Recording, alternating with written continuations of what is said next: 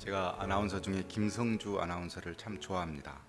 어, 이 김성주 아나운서는 크리스찬인데 부친이 지금은 소천하셨지만 목사님이 아버님 되시죠. 원래 김성주 아버님인 이 목사님 김창경 목사님은 유도를 하시다가 신학을 하셨기 때문에 남성미가 넘치고 좀 누가 보아도 리더십이 아주 강한 그런 목사님이셨던 것 같습니다. 시골교회에서 목회하셨다가 많은 사람들에게 존경도 받고 사랑도 받고, 그래서 유신 시절 농민운동도 하시고 이렇게 두각을 나타내셨던 목사님이셨습니다. 그래서 모든 사람들로부터 사랑과 존경을 받았습니다.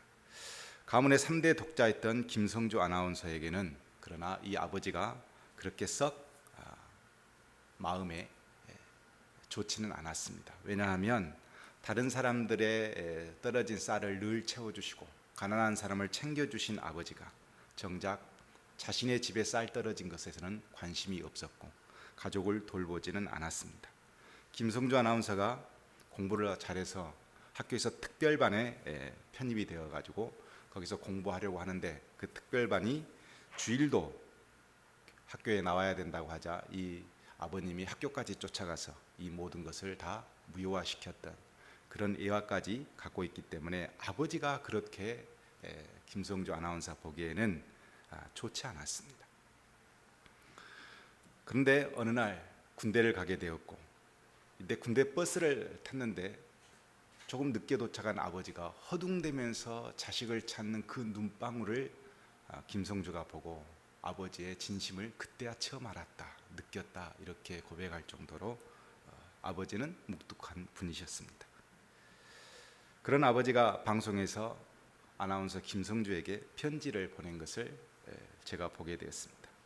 그 아버지의 편지는 이렇습니다. 아무것도 못하게 하고 엄격하게 한 것은 너를 잃어버릴까 봐 두려워서였다. 겁 많은 아버지의 욕심이 아들을 나약하게 만들었으나 혹시 이렇게 아들을 만들었지 않았나 한참 생각했다. 표현하는 방법을 모르고 해도 서툴러서 오해가 많았지만 아들이 너무 귀하고 소중해서 그랬으니 그것만은 알아다오. 내 아들이 대견스럽고 사랑스러웠다. 이렇게 글을 남겼습니다. 그런 아버지가 파키슨 병으로 결국은 소천하게 되었습니다. 모 방송국에서 프로그램을 진행하던 중에 여행 중에 이 김성주 아나운서가 자꾸 뭘 듣는 거예요. 그래서 저도 방송을 보면서 저건 뭘 듣나 이렇게 생각했는데 마침 옆에 있는 동료가 자꾸 뭘 듣냐고 이렇게 묻습니다. 그랬더니 김성주 아나운서가 아버지의 설교를 듣는다 그러면서 하는 말이, 힘들고 포기하고 싶을 때마다 나는 늘 아버지의 설교를 듣는다, 이렇게 고백하는 것입니다. 저에게도 독생자가 있습니다. 내가 죽고 난 후에 내 아들이 아버지의 설교를 들으면서 하나님의 말씀을 듣고 다시 하나님과 교통하기를 원하는, 그렇게 해준다면 제가 생각하기에 이 세상의 그 어떤 것과도 바꿀 수 없겠다 하는 생각이 들었습니다. 아버지는 신실한 그리스도인인데 자녀는 그렇지 못한 경우를 우리 주위에서 너무도 요즘 많이 봅니다. 그러면서 생각해 보았습니다. 어떻게 자녀를 교육하고 어떻게 하나님의 말씀을 가르쳐야 우리의 자녀들이 하나님의 말씀대로 따라가고 살 수 있을까? 오늘은 하나님 앞에서 가장 신실하게 살려고 몸부리쳤던 다윗이라고 하는 사람이 아들 솔로몬에게 가르쳤던 교육의 내용을 통해서 저와 여러분이 어떻게 하면 우리의 자녀들을 하나님의 말씀으로 가르칠 수 있는가 함께 고민하는 시간이 되기를 원합니다. 솔로몬은 하나님으로부터 풍성한 지혜를 선물로 받았습니다. 솔로몬이 받은 지혜를 그냥 놔두기에는 너무 본인이 아까웠던 것 같습니다. 그래서 백성들에게 이 하나님께 받은 말씀을 가르쳐야 되겠다 생각했고, 그래서 오늘 이 성경의 말씀에 잠언이 있는 것입니다. 그는 잠언을 쓴 이유에 대해서 1장에서 이렇게 선포하고 있습니다. 이는 지혜와 훈계를 알게 하며 명철을 말씀을 깨닫게 하며 지혜롭게 공의롭게 정의롭게 정직하게 행할 일에 대하여 훈계를 받게 하며 어리석은 자를 슬기롭게 하며 젊은 자에게 지식과 근신함을 주기 위한 것이니 지혜 있는 자는 듣고 학식이 더할 것이요 명철한 자는 지략을 얻을 것이라 그랬습니다. 이렇게 솔로몬은 하나님께서 자신에게 주신 이 말씀에 대해서 확신을 가지고 있었습니다. 내가 깨닫고 내가 하나님을 통해서 얻은 이 말씀은 정말 하나님의 말씀이구나, 이 확신이 본인에게 있기 때문에 이렇게 잠언을 기록한 겁니다. 만약에 이 확신이 없었다면 솔로몬은 기록하지 않았을 겁니다. 저나 여러분이나 하나님의 말씀을 보면서, 하나님의 말씀을 들으면서 이것은 진짜 하나님의 말씀이다라는 확신이 없으면 내 자녀들에게 가르칠 수 없는 겁니다. 가장 중요한 것, 하나님의 말씀이 진리라는 확신이 저와 여러분에게 먼저 있느냐, 이렇게 묻고 싶습니다. 이렇게 믿어져야 그 다음 내 자녀들에게 내 모든 걸 쏟아서 가르칠 수 있는데, 이 확신이 나에게 없으면 내 자녀들에게 바르게 가르칠 수 없는 거예요. 어쩌면 저와 여러분의 자녀들이 바르게 하나님의 말씀대로 살지 못하는 것은 우리가 하나님의 말씀을 확신하지 못하고 있기 때문일지도 모르는 것입니다. 솔로몬은 1절에 또 이렇게 선포합니다. 아들들아, 아비의 훈계를 들으며 명철을 얻게 주의하라 그랬습니다. 하나님의 자녀들에게 하나님의 훈계를 들어서 명철을 얻게라는 말은 알기에 경청하라, 순종하라, 이렇게 기록되어 있는 것과 같습니다. 이렇게 확신이 있어야 우리 교회에서, 가정에서, 내가 말하는 것은 내가 말하는 것이 아니라 하나님의 말씀이고, 나는 하나님의 말씀을 듣고 살았기 때문에 지금 말하는 거니까 순종해야 된다, 경청해야 된다, 이렇게 할 수 있습니다. 그렇게 할 수 없다면 문제가 우리에게 있는 거예요. 한 성경학자가 이 부분을 이렇게 주석을 달하는 걸 제가 보고 한참 생각했습니다. 부모의 권위는 하나님의 뜻을 전달하는 통로이다 그랬어요. 부모의 권위가 어디에서 나옵니까, 여러분? 하나님의 말씀을 확신한 내가 이것을 내 자녀에게 전하는 통로가 되었을 때 부모의 권위가 서는데, 부모의 권위가 아니라 사람의 말로 훈계하고 사람의 뜻으로 생각하고 세상이 좋아하는 것 자꾸 이야기하다 보니 내가 한 말이 바람처럼 날아가 버려요. 하나님의 말씀을 전달하지 않으니까, 하나님의 뜻을 가르쳐 주지 않으니까 내 말을 내 자녀들이 먹지 않는 겁니다. 사람이 주도한 교훈은 아무리 가르쳐도 바람처럼 날아가 버립니다. 솔로몬이 뭐라고 말하냐면 이것은 진리라는 겁니다. 하나님의 말씀을 내가 확신하고 그것을 경험했고, 내가 지금 너희들에게 설명한 이 모든 것은 하나님의 말씀이니까 너희들은 절대로 경청하고 알기에 온 힘을 기울이라, 이렇게 이야기하는 것입니다. 그래도 솔로몬 말이잖아요. 그래도 솔로몬 이야기한 거잖아요. 그래서 솔로몬이 이것이 하나님의 말씀이라는 것을 강조하기 위해서 이렇게 이야기합니다. 내가 선한 도리를 너희에게 전하노니 내 법을 떠나지 말라 그랬습니다. 선한 도리를 너희에게 전한다 그랬습니다. 솔로몬이 말한 것은 인간적인 가치 판단의 기준으로서가 아니라 하나님께서 말씀하신 선이에요. 우리가 이렇게 생각할 수 있습니다. 솔로몬이라는 사람이 성공했잖아요.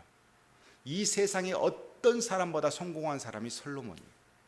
가장 많은 유명세를 자랑하는 이 솔로몬이 말한 것이니까 선한 말이겠지. 한번 성공해본 사람이 전해주는 것이니까 진리겠지. 돈 번 사람이 돈 버는 방법을 가르쳐주면 그것이 맞다고 생각하면서 따르는 것과 같이 성공한 사람이 말한 거기 때문에 선하겠지, 이런 생각으로 하나님의 말씀을 보면 안 된다는 거예요. 솔로몬이 뭐라고 말하냐면 선한 도리를 너희에게 전한다. 내가 말하는 것은 내가 말했기 때문에 선한 것이 아니라 원래 하나님의 말씀은 선하시다.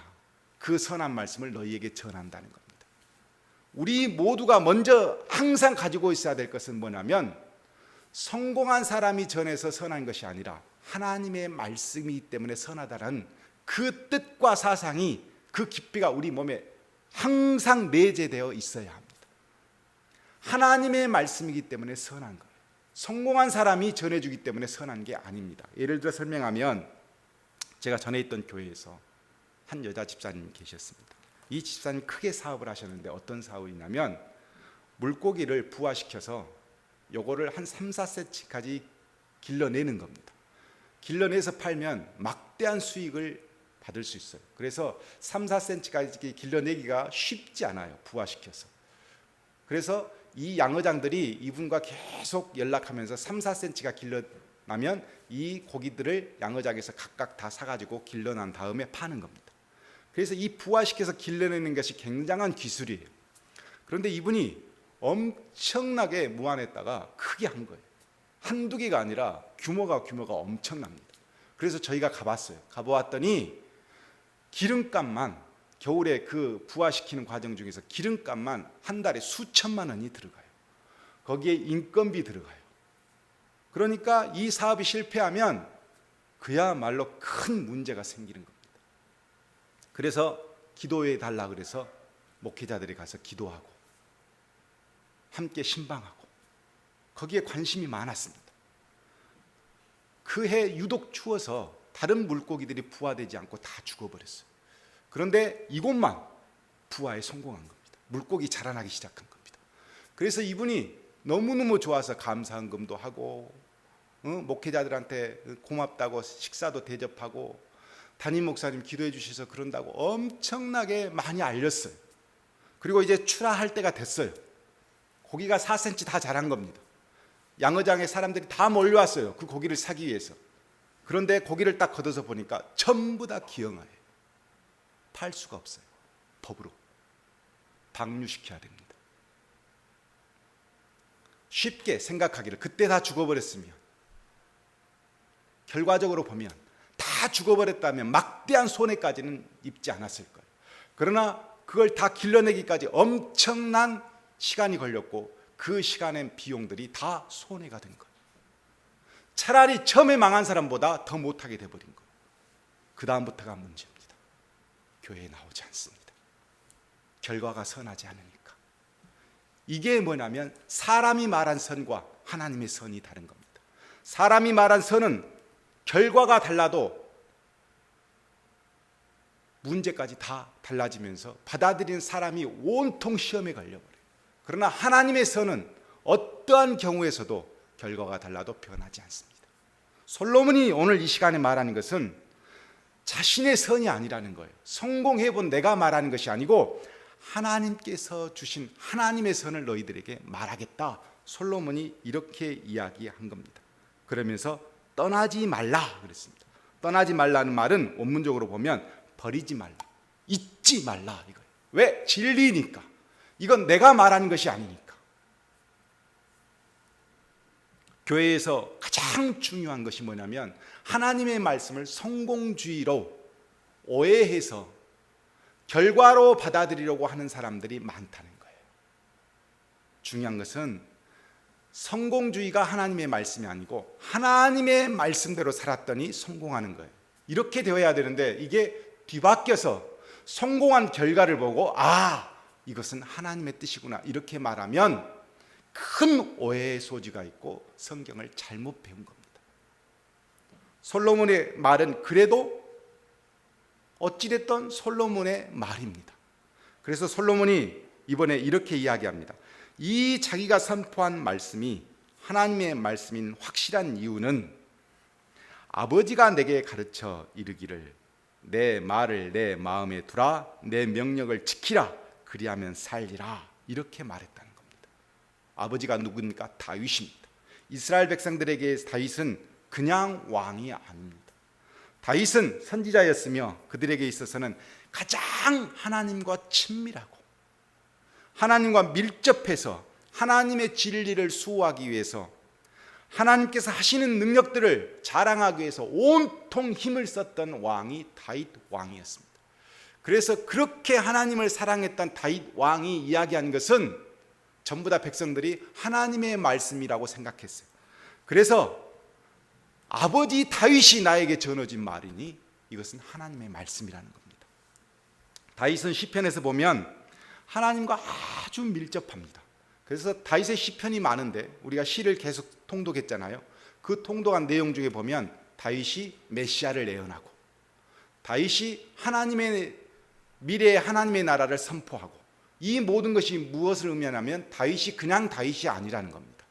굉장히 하나님과 영적으로 밀접해서 선지자적인 능력을 가지고 있고, 그래서 그것을 우리에게 선포했기 때문에 다윗이 선포한 하나님의 말씀, 그 말씀을 솔로몬이 선포한다, 그런 겁니다. 자, 다윗이 뭐라고 솔로몬에게 이야기했냐면 하나님께서 주신 말씀을 마음에 두라 그랬습니다. 이것은 하나님의 말씀을 네 중심에 두고 살아라, 이런 의미하고 똑같습니다. 5절에 보면 이렇게 가르칩니다. 지혜를 얻으며 명철을 얻으라. 내 입의 말을 잊지 말며 어기지 말라 그랬습니다. 다윗이 지혜를 얻으며 명철을 얻으라 그랬습니다. 지혜는 호크마라고 하는 단어인데 우리가 말하는 이 세상을 풀어가는 삶의 지혜가 아닙니다. 여기서 말하는 지혜는 하나님을 경외하는 자가 하나님을 막 사랑하고 하나님을 쫓고 하나님을 의지하고 살다 보니 나도 모르게 생기는 것이 있었는데, 그것이 뭐냐면 하나님을 아는 지식이에요. 하나님을 경외하는 자가 하나님을 아는 지식이 생긴데 이 지식을 호크마라고 그러고, 이것을 우리는 지혜다, 이렇게 본문에서 해석한 겁니다. 다윗이 솔로몬한테 이야기한 건 뭐냐면 하나님을 경건하는 자가, 하나님을 사랑하는 자가 하나님을 알려고 막 했었을 때 생기는 그 지혜를 너는 가져야 된다, 이렇게 이야기했고, 명철은 비나라고 하는 단어인데 선악을 분별하는 것이 왕이 가지고 있어야 할 기본적인 도리예요. 그런데 이 선악을 분별하는 것이 도덕적인 능력이잖아요. 도덕적인 이 분별력을 영적인 판단력으로, 하나님께서 주신 영적인 판단력으로 도덕적인 판단을 할 수 있는 능력을 뭐라고 그러냐면 명철이라고 합니다. 다윗이 솔로몬에게 하나님을 경외해서 하나님을 아는 지식을 얻어라, 그리고 선과 악을 분별할 수 있는 그 영적 판단력을 하나님으로부터 얻어라, 이렇게 이야기한 겁니다. 중요한 것은 얻으라는 단어입니다. 이 얻으라는 단어는 본문에는 카나라고 하는 단어로 적혀져 있는데, 이 단어는 어떤 단어냐면 값을 지불하고 사라는 뜻이에요. 명철과 지혜를 가만히 있으면 오는 것이 아니라 반드시 값을 지불해야 하는 겁니다. 무슨 값을 지불해야 되냐면 다윗처럼 하나님의 말씀을 묵상하고, 다윗처럼 하나님을 사랑하고, 다윗처럼 하나님을 나라를 위해서 희생하고, 이렇게 해야 얻어지는 것이 뭐냐면 지혜와 명철이라는 겁니다. 솔로몬은 다윗에게 배웠습니다. 하나님의 말씀은 그냥 우리 손에 그냥 쥐어지는 것이 아니고, 그냥 들어서 생기는 것이 아니고 반드시 대가를 지불해야만 오는 것이구나 라는 것을 아버지로부터 배운 것입니다. 우리가 지금 성경 통독을 하고 있습니다. 쉽습니까, 여러분? 우리 애조가 얼마나 이 통독을 하기 위해서 몸부림친지,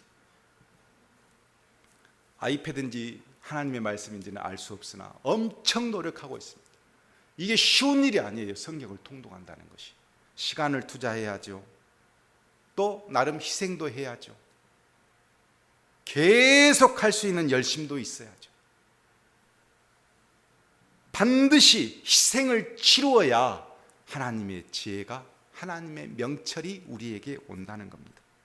아브라함처럼 어디를 갈지를 모르나, 목적이 어딘지도 모르나, 가야 할 곳을 알지 못하나 하나님을 쫓아야 할 때 있고, 욥처럼 의인으로 살다가 고난을 받을 수도 있고, 바울처럼 하나님의 말씀에 고난을 당하고 죽을 고비도 넘기고 그렇게 해야 할 경우도 생기는 거예요. 지혜와 명철은 반드시 얻기 위해서 지불을 해야 합니다. 대가를 지불해야만 우리에게 주어지는 것입니다. 이렇게 지혜와 명철을 우리의 온몸을 다윗처럼 바쳐서 과연 지혜와 명철을 얻을 만한 그런 이유가 충분할까? 정말 대가가 그렇게 이루어질까? 우리는 의심할 수 있습니다. 그러나 다윗은 이것을 경험했습니다. 그래서 솔로몬에게 뭐라고 가르치냐면 6절에 야, 지혜와 명철을 네가 얻으면 하나님이 복을 주시란다. 무슨 복을 말하냐면 6절에 이렇게 이야기합니다. 그가 너를 보호하실 것이다. 그가 너를 지키실 것이다. 이렇게 선포합니다. 부모의 능력으로, 부모의 권위를 다 동원해서 자녀를 지킬 수 있던가요? 없습니다. 아무리 경건한 삶을 살고 하나님을 향해서 온몸을 던졌던 다윗도 끝까지 솔로몬을 지키지 못하고 먼저 죽었습니다. 우리의 모든 것을 다 동원해도 우리가 자녀보다 먼저 죽습니다. 절대 자녀를 우리가 지킬 수 없어요. 누가 지킵니까? 하나님이 지켜주셔야 합니다. 하나님이 지켜주시지 않으면 절대로 내 자녀를 마지막까지 지킬 수 없어요. 8절에는 뭐라고 이야기하냐면 그를 높이면 그가 너를 높이 들리라 그랬습니다. 여기서 원문에서 보면 하나님을 네가 높이면이 아니라 어루만지면, 하나님을 자꾸 어루만지면, 만지고 또 만지고 또 만지면 하나님은 너를 떠받들어 줄 것이다 그랬어요. 떠받들어 준다는 그 단어는 어떤 의미를 갖고 있냐면 이 세상에서 영향력 있는 자녀, 영향력 있는 자녀가 될 것이다, 이런 의미를 가지고 있습니다. 우리의 모든 자녀가 이 세상에서 어영부영 살고 있기를 원치 않잖아요. 뭔가 이 세상에서 하기를 원하잖아요. 그렇다면 어떻게 가르치냐면 하나님을 떠받들도록 해야 합니다. 하나님을 자꾸 어루만지도록 해야 합니다. 그러면 지혜와 명철을 통해서 이 아이가 복을 받는데 이 세상에서 영향력 있는 사람이 된다는 겁니다. 세 번째 복음 8절에 있습니다. 그를 품으면 그가 너를 영화롭게 하리라 그랬습니다. 품는다는 말은 껴안는다는 거예요. 너를 그러면 상급으로 영광과 존엄을 받게 해주겠다, 이렇게 되어 있습니다. 아침에 제가 교회에 나와서 기다리고 있으면 우리 희엘이가 옵니다. 희엘이가 오면 제일 먼저 저를 껴안습니다. 그러면 제가 희엘이를 이렇게 들어 올려요. 지금 몸무게가 많이 나가서 쉽지는 않습니다. 이것과 똑같습니다. 하나님을 껴안으면 하나님이 가만 놔둔 게 아니라 나를 들어서 올려줘요. 올려주는 그 의미가 뭐냐면 세상 사람으로부터 상을 받는다, 칭찬을 받게 해준다, 이런 의미를 가지고 있습니다. 다윗은 솔로몬이 세상에서 복받는 존재로 살기를 원했습니다. 저나 여러분의 마음이나 똑같습니다. 내 자녀가 세상에서 복받는 사람이 되기를 원합니다. 그렇게 하기 위해서는 반드시 하나님이 주시는 지혜, 하나님이 주시는 명철이 필요하다는 것을 다윗은 알고 있었습니다. 하나님을 아는 지식, 하나님이 주신 영적 판단력으로 이 세상을 살아가지 않으면 절대로 복받는 자가 될 수 없다는 것을 알았습니다. 그래서 마음의 중심으로 삼고 살아라, 이렇게 말하면서 그렇게 살면 네가 복을 받는다. 어떤 복을 받습니까? 하나님께서 지켜주십니다. 하나님께서 높여주십니다. 하나님께서 영화롭게 해주십니다. 우리의 자녀들이 저는 이렇게 되기를 원합니다. 말씀을 마치려고 합니다. 마태복음 13장에서 예수님께서 이런 말씀을 하십니다. 천국은 마치 밭에 감추인 보화 같으니 사람이 이를 발견한 후 숨겨두고 기뻐하며 돌아가서 자기의 소유를 다 팔아 그 밭을 사느니라. 천국은 마치 좋은 진주를 구하는 장사와 같으니 극히 값진 진주 하나를 발견하며 가서 자기의 소유를 다 팔아 그 진주를 사느니라 그랬습니다. 밭에 일하다가 보화가 발견했어요. 이 땅이 내 땅이 아니에요. 그러면 어떻게 해야 됩니까? 내 소유로 만들어야 되잖아요. 그러면 내 거 다 팔아서 그 밭을 사는 거 아닙니까? 좋은 진주 하나 발견했습니다. 이거 내 손에 쥐면 엄청난 이윤이 남습니다. 그러면 어떻게 됩니까? 내 모든 것을 다 팔아서 이거 사지 않습니까? 우리에게 하나님의 말씀은 감추인 보화가 맞습니까? 우리에게 하나님의 말씀은 천국의 좋은 진주와도 같습니까? 만약에 같다면 우리는 이 모든 것을 다 팔아서 이걸 쟁취해야만 합니다. 그런데 저와 여러분이 지금 어떻게 하고 있습니까? 저와 여러분이 어떻게 살고 있습니까? 예수님께서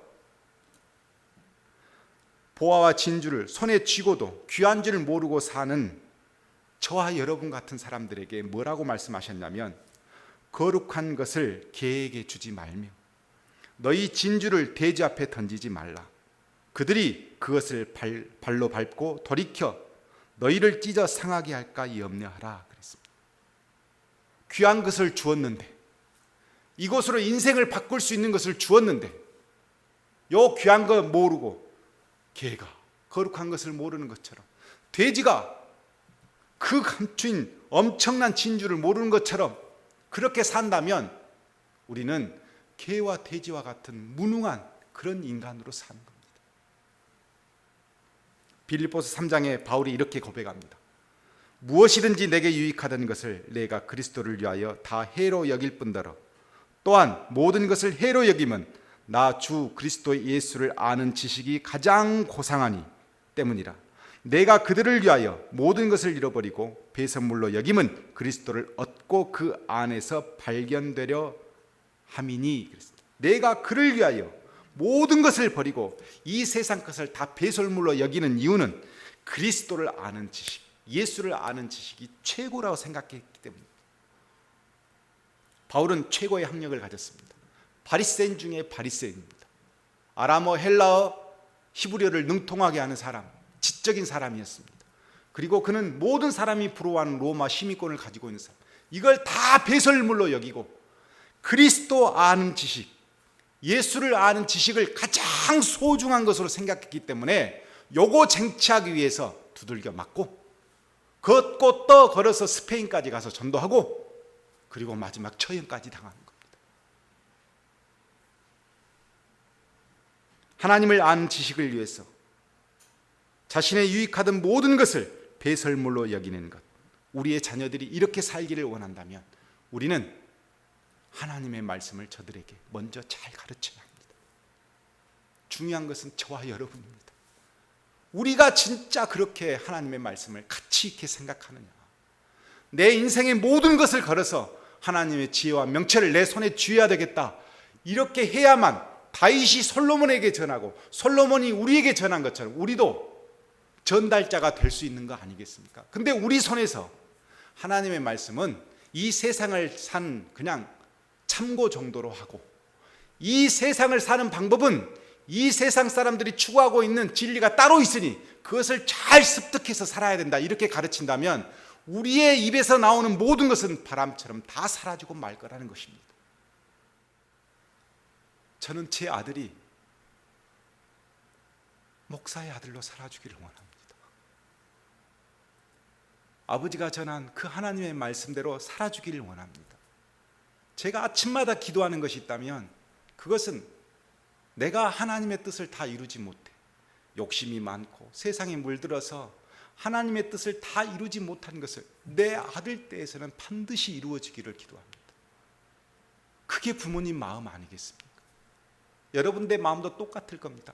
내가 완전하게 하지 못한 신앙생활을, 하나님의 말씀을 그렇게 사랑했지만 삶 가운데서 다 펼쳐보지 못한 이 하나님의 말씀을 내 자식들에게서는 진짜 하나님의 말씀대로 살기를 원하지 않습니까? 그러기 위해서는 지혜와 명철이 필요합니다. 이 지혜와 명철은 학교 공부 열심히 하고 돈 많이 갖고 있는 사람이 가지는 게 아닙니다. 열심히 하나님의 뜻을 따라 살고 죽도록 하나님을 사랑하고 하나님을 향해 온통 마음을 쏟아야만 가능한 것들입니다. 우리의 자녀들이 없잖아요. 우리의 자녀들이 이 코로나로 다 잃어버렸잖아요. 한국교회 30%밖에 회복이 안 됐다고 그럽니다. 이제 우리가 해야 할 일은 이 하나님의 말씀을, 다윗이 솔로몬에게 주었던 이 말씀을, 솔로몬에게 우리에게 준 이 말씀을 우리가 가르쳐야 됩니다. 교회에서, 가정에서. 그래야 우리는 이 땅에서 바르게 살 수 있습니다. 이 땅에서 보호를 받고, 이 땅에서 높임을 받고, 이 땅에서 영화롭게 살 수 있습니다. 저는 우리 교회가, 여러분의 가정이 바로 다윗이 선포한 삼복이 우리의 가정이 되기를 주의 이름으로 축복합니다.